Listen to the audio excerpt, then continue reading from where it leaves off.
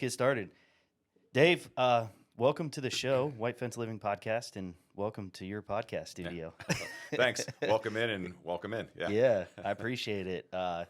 It's been awesome. It's been so I think this is episode 3 or 4 for us, and Congrats. the studio's been great. The response has been awesome, and everybody at Brickhouse Blue's been super supportive. So It's good to hear. let's jump into Brickhouse Blue. How'd you start it? Why'd you start it? Where'd the idea come from? Just tell us about Brickhouse Blue and its start. Yeah, I think I'll even maybe take it a page before that just to kind of give it some context because what this is and what it's intended to be, I think, allows for everyone's story that you'll probably hear as you talk to other entrepreneurs or small businesses that it came from something not in the moment, but something from in the past that's always kind of been there. So for me,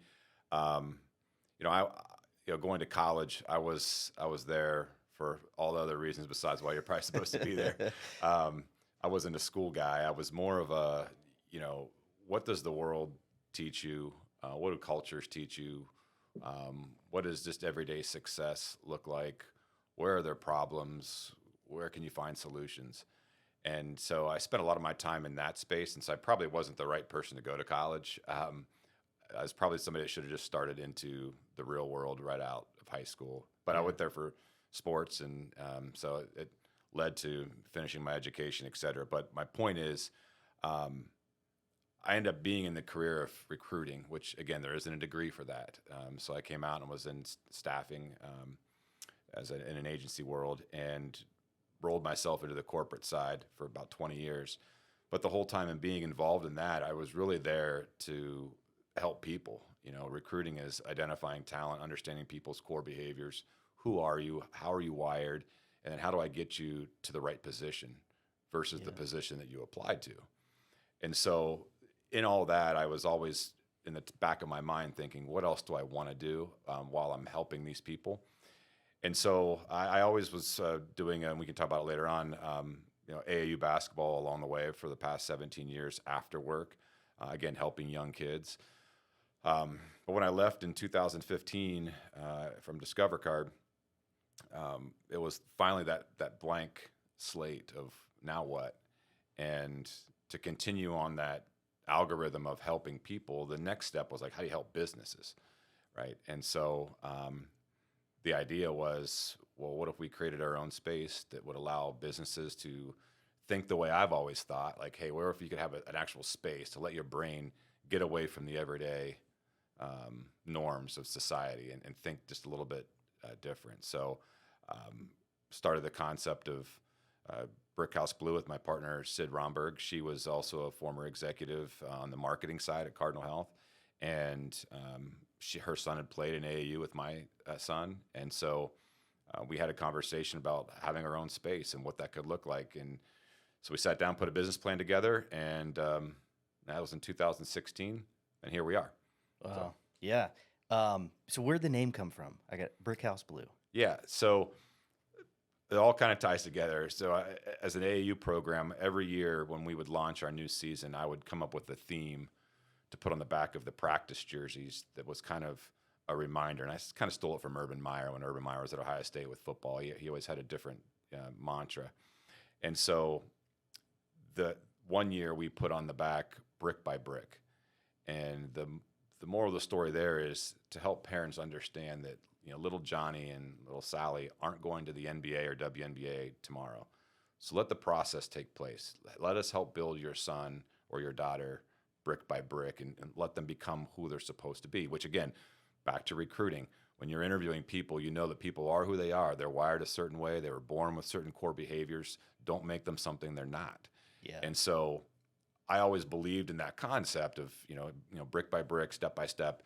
And so when we started to build out this company, the name Brick by Brick really wasn't the sexiest name to put out there, but I knew that what Cid and I were about were building, people, talent, companies, brick by brick. And so we moved to Brickhouse. Maybe it's a community that houses this process of, brick by brick. But brickhouse.com was taken, so we had to find a different alley. And so we were actually with our architect, WSA, shout out to them. And there was another company that they were working with, and their logo was on the wall, and I think it was Bonfire Red, and I think they're a marketing company. And it hit me like, well, what if we used a color? And so Sid and I looked up blue, and it stands for innovation. And we're trying to help people think big, blue ocean, blue sky. And so we slapped the word blue on the back. We knew awesome. It was not going to resonate well in the state of Ohio with the Buckeyes, but just don't put maize in. Yeah, just don't put maize in blue. But so there you go. So that's how that's awesome. And Dave, we've only met a few times, man. Yep. I can just tell how genuine you are about really building up people, right? Like I could tell that that's at your core is, just in the brief times that we've talked is like, you've even offered me help already. How can I help you? So I can tell the name is fitting. It's good to know now. Brickhouse, building those bricks, it makes complete sense. So I've never heard that story. I don't know if anybody has. I'm sure they have, but well, even the symbols. So there's the square, the triangle, and the circle. So the actual square is that brick, right? It's okay. That the ability to have that core foundation. The triangle was kind of like the shape of a peak of a home. So there's your house. Okay. So there's the brick house. So we're helping build culture and community brick by brick in this foundation under this roof. And then the circle is continuous learning, continuous growth. So again, blue sky, blue ocean, everything is endless. And that's how we want our small businesses and entrepreneurs to think when they come in here, that like everything's possible. Yeah. Right. And if we can help with that, if our staff can help support you, whether it's good day, bad day, and they're there to pick you up, whether we can connect you with other resources within this community to say, hey, you don't know what you don't know. Like I've learned that along the way, that I'm good at some things, but there's a lot that I'm not. Yeah. And so to identify the right people to support you, because you're not a 500 person company or a big six firm or Fortune 500. You're a 1, 2, 3 person shop, and so everybody's wearing a lot of hats, but you're not the best person for some of these things that requires to be successful. For sure. I mean, we were just talking about it with podcasting. I like the editing stuff. I mean, I'm learning, but well, I'm learning all of it. But I think it's awesome, and that ties into a question I had later. But so Innovate New Albany. Mm-hmm. I think a lot of New Albany residents have heard of Innovate New Albany. We've heard of the Tiger Talks. So like, how does Brickhouse Blue tie into that? And so what is that like journey with this location here in New Albany been like? Yeah, I and this is a credit to Neil and Jennifer. Neil and I met probably in 2019 when he was doing some of the Tiger Talks over here in their prior space, and he came over to Brickhouse Blue, sat down with us, and we tried to figure out how to expand. How do we bring the Tiger Talks into what we're doing now with our space? And as we were formulating that, he had just done such a great job in the New Albany community that I think it was hard to uproot people to move and drive over to Dublin too. So we're trying the alternate schedule, and then COVID came along, and so it just never really took off. But there was always conversations with Neil about how do we bring this style of information to people that could use it. And then Jennifer and I actually met right after we opened in Dublin, 2018. I came over and met with her and her staff in the offices over here, and we were trying to figure out where could this go, where can this concept branch out into this community, because you're talking about innovation already, but again, maybe the building or the stimulation of stuff around it wasn't there. So we kind of hashed it out, and just nothing was right. And I don't mean by relationship, I mean just identifying a space that we felt like was worth investing in. So fast forward to last December, and Jennifer called and said, "Hey, I think we're going to need to find some space, and we would like to partner with you." And I'm like, "Finally, I'm ready. Like, let's do this." I've been wanting to be a part of it, because you look at all the communities around Columbus. There's co-working there. In New Albany, really didn't have a presence in that, and it was always a head scratcher. Like, why not? So to have the ability to bring what we do along with what Innovate New Albany Tiger Talks has, I think is right now probably the best formula in all the suburban communities within Columbus right now, between co-working, innovation, and just general knowledge giving and things like that. So Yeah, I mean, it makes sense, right? You've got all these great startups and small businesses, um, in particularly technology. I mean, yeah, why not create a space where they can all physically be together? yep. I mean, it makes all the sense in the world. Um, cool. So, what's next for Brickhouse Blue? Well, so there's gonna be 4 locations, right? So we currently have 4. Have 4. Okay. Yeah. So we Okay. have the 2 Dublin locations. We quickly grew out of our space in Bridge Park and pulled in another one in 2020, right when COVID hit. Yeah. And then we opened up Plain City almost 2 years ago. Actually, Okay. 2 years ago here today. We're close to it. Um, and then the New Albany location. Awesome. So next up, we will have partnered with Equity, and we will be building a new build in Hilliard at the new True Point project off Awesome. of 270. So it's a little mini Bridge Park, hotels, restaurants. It'll be right next door to ADS headquarters.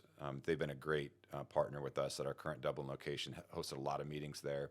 And I think, and this is a shout out to our staff and team, they've done such a great job of hosting them that ADS, and part of this negotiation with Equity Business Partners was like, hey, we want Brickhouse Blue to be here.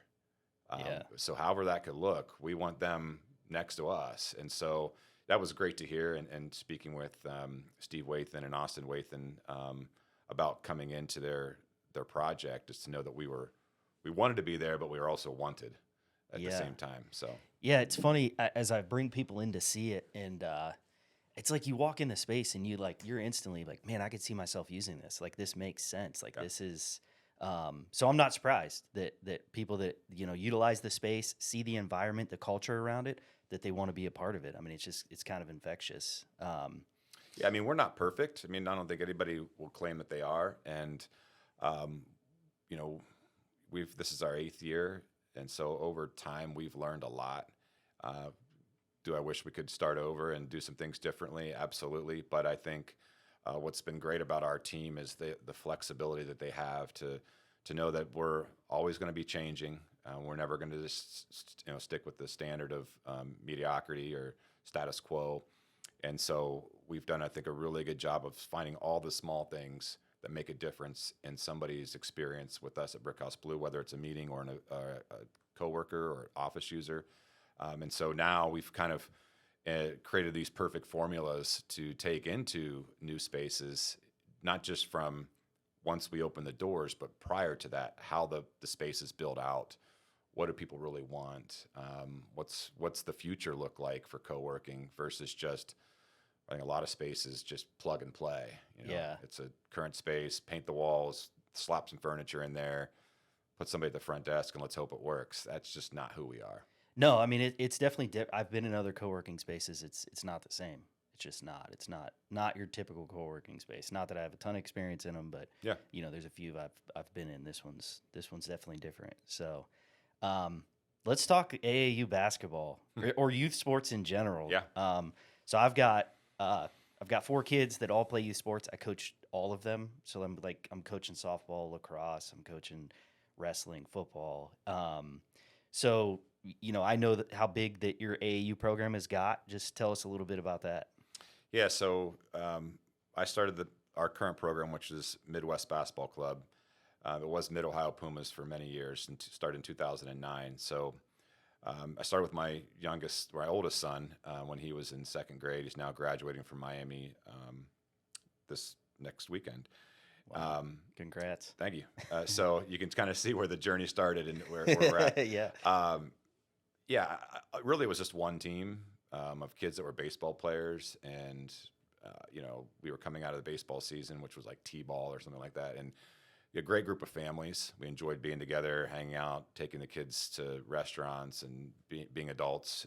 Later on in the evening, kind of just having fun. So we thought, all right, how do we keep this together? And I was, one of the few basketball savants on the parent group, and so I said, well, I'll coach them. Let's get into this. Let's figure this out. I knew where I didn't want my kids to play, and there weren't a lot of great options in the AAU scene in Columbus. Yeah. So And AAU, just for the listeners, it's basically travel basketball. Um, so we created our first team and had a lot of success. We went and played in the LeBron James, King James Classic up in Akron, which is 700 teams around the country, and finished second. And so all of a sudden we're like, wow, we want to be onto something here. And again, getting their third graders, and I've learned a lot from that too. Like we were like, yeah, we're so awesome. I mean, we were playing 13 tournaments in the spring. Now we play like 7. So we lived and learned there as well. But I think by just doing things the right way, which is what I've always been about, like just start from the beginning the right way, and you may not make the most money from it, you may not make the most friends from it, you may not have the most success, but just you'll feel better at night putting your head on the pillow that you did it the right way. And so I think through that, a lot of high school coaches who had sons that were playing the sport said, hey, I like how you guys are teaching these kids and playing. Can I bring my son and our team over to be a part of what you're doing? And never was my intention, but I'm like, sure. So the next thing you know, I look up, and in 5 years, we are at 28 teams. At year 10, we're probably at 100 teams. We moved into girls as well, and then here we are, year 17, and we're close to 200 teams. We're in Michigan, Cincinnati, Cleveland, Columbus, and probably Louisville next year. And I think we actually have a couple teams now down in Charleston, West Virginia. So we're trying to reach as many youth as possible. We typically have around 2,000 kids try out for our club.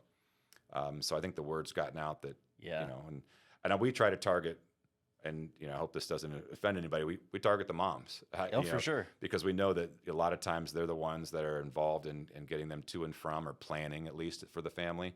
And they want structure, they want communication, they want to know where they need to be and what time.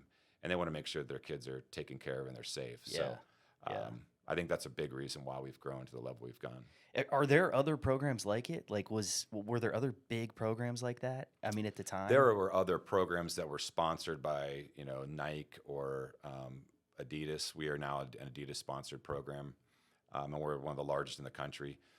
There weren't probably anybody to our scale. Yeah. Indiana Elite is a program over in Indiana that's probably the equivalent to us from that size. Okay. And so, again, a lot of people think that it's just you're grabbing kids and doing things. What they don't know is that, we have D leagues. So through our tryouts, we don't take every kid. Yeah. I specifically tell parents, like, this isn't for everyone, and you shouldn't pay money to be a part of something that your kid's not going to have an opportunity to play as a 9th player. Just because he's 6'2" and he's a 5th grader. So we created our D League years ago that allows kids and parents to say, don't do the travel, don't spend money on hotels, don't pay the cost of these fees. Take your son to our training and our development on Sunday nights. Let him play baseball, let him play soccer, let him do other sports, but let them keep a ball in their hand and have an opportunity to continue to get better and make their middle school team, et cetera. Yeah, exactly. That kind of, I don't know, like youth sports, travel, I'm passionate about it, of course. Mm-hmm. So I was a collegiate athlete, and just it seems like recently you see a lot of kids kind of get pigeonholed into one sport. Mm-hmm. They spend all their time there. They focus on that, and I just worry, like, how does that end up in the end, right? So what if that sport doesn't work out, and they haven't been exposed to anything else, right? So in your experience, like, just touch on that with kids that you could tell are going to be basketball players and that's what they want to focus on. And there's nothing wrong with that. But talking about that D League, like, have you had kids that have gone through that league and end up on a travel team? Like, have you seen that success story? Yeah, that happens a lot. And I think the parents, and the players, I think a little bit when they're told, like, you didn't make a travel team, but here's another opportunity. It may feel a little bit of shame at first, but I can tell you 95% of the time when these 6 or 8 sessions are over, that the parent is like, thank you. Yeah. This is exactly what he needed or she needed. He's gotten better. I'm glad I didn't spend all this money. And now we're ready for what's next. Because you don't have to, again, back to brick by brick. It's a process. Yep. Don't rush it. Yeah. Let it happen organically, and good things will happen. And to your multi-sport thing, ironically, I just tweeted this yesterday, Jack Sawyer was one of our first players. Started with us as a 3rd grader with my son, and played with us all the way up to his sophomore year before he really focused on football. But Jack probably could have played in the Major League Baseball, and he was a hell of a baseball player. Jack was a all-state basketball player until he tore his ACL, and so he probably could have played basketball at Ohio State. Yeah. Now he's a rare specimen, you Yeah. know, and here he is being drafted by the Pittsburgh Steelers this past weekend as a defensive end. But you know, Jack figured out a way to play all three, Yeah. and was very successful. So I worry though, you know, in today's world with the NIL, with athletes now being paid, that I think kids are just going to find Yeah. a sport and find a brand, because that's part of it now. Of course.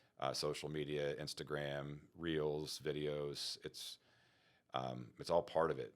Yeah. And these kids are on display all the time. And so I could see more and more kids picking one sport, knowing that if I'm good at this, I can make hundreds of thousands of dollars, If not millions. if not millions, as a college athlete. Yeah. Which they're all the anomaly, right? I mean, 99.9% of these kids in youth sports, like, that's it, right? It's, Yeah. you know, not many people go on after high school. Yep. So yeah, I really want the kids that I coach or that I'm involved with, like, learn to love the sport, learn to, you know, all the other things that go along with sport, and genetics will likely determine Yep. whether you're going to get to the next level or not. Not to say you shouldn't work on your craft, like, that's not, but just enjoy the time you're in now. Like, the memories of playing youth baseball. I mean, I still think about, and I wasn't a big youth baseball, but I still remember youth baseball, you know, Yeah. or high school football. I didn't go on, you know, I ran track in college. I didn't play football, but those memories, you know, I didn't even think about playing in college. One, I wasn't big enough or good enough, but Yeah. but I'm glad that I just absorbed, like, that experience with my friends and just in general. So yeah, I want to see. I hope that more parents are, you know, I love to see parents that have that perspective, not the I'm going to go pay $1 zillion to make my kid the best soccer player in the world and ruin that experience for that kid. Yeah, I don't know how to provide the right advice to someone. Like, you kind of know, like, you don't know early on, but you do know. Like, I've seen enough. It's been 17 years. I've got 800 alumni.